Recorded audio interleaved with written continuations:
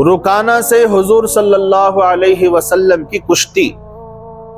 ایک روایت میں ہے کہ رسول اللہ صلی اللہ تعالی علیہ وسلم مقام بطحہ میں تھے، وہاں یزید بن رکانہ یا رکانہ جو اس وقت کافر تھے اور عرب کے مشہور پہلوان تھے، حاضر خدمت ہوئے اور ان کے ساتھ ان کی بکریاں بھی تھیں۔ کہنے لگے، اے محمد، کیا تم مجھ سے کشتی کرو گے، یعنی مجھ سے لڑو گے؟ آپ صلی اللہ علیہ وسلم نے فرمایا کہ اگر میں نے تم کو پچھاڑ دیا تو تم کیا دو گے؟ انہوں نے عرض کیا، میں ایک بکری دوں گا۔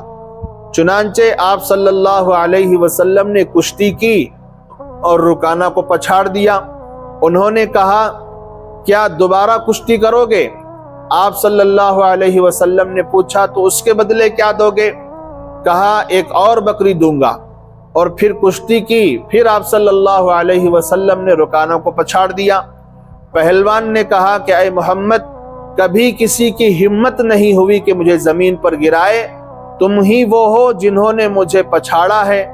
پھر وہ شخص مسلمان ہو گئے اور حضور صلی اللہ علیہ وسلم نے ان کی بکریاں بھی واپس فرما دی۔ یہ واقعہ مراسیل ابی داؤد میں موجود ہے۔